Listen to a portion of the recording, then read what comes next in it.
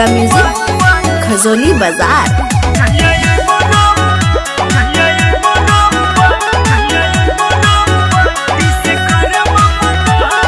जाई छियो जेल तू लुटी है लहर, जाई छियो जेल तू लुटी है लहर। जहिया ये बोरम पट्टी से करब मडहर गे, जहिया जेल से निकलब करब मडहर। जय माँ दुर्गा म्यूजिक खजोली बाजार।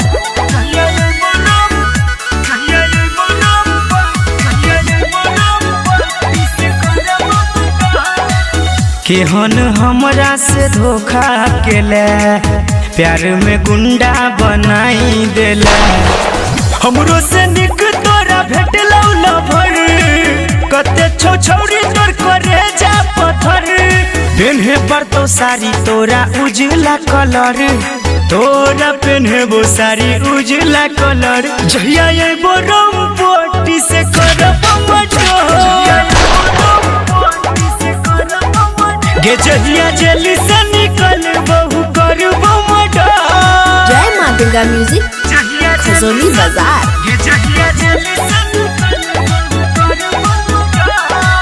ई तू नहीं बुझी है गे, भूल जेबो जल्दी ये तोरा से बदला लेबो।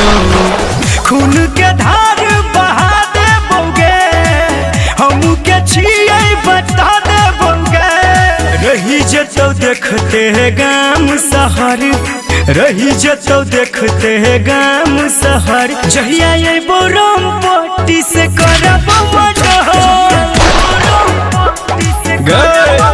गे, जहिया जेल से निकल बहु करब मडहर। जय माँ दुर्गा म्यूजिक खजोली बाजार।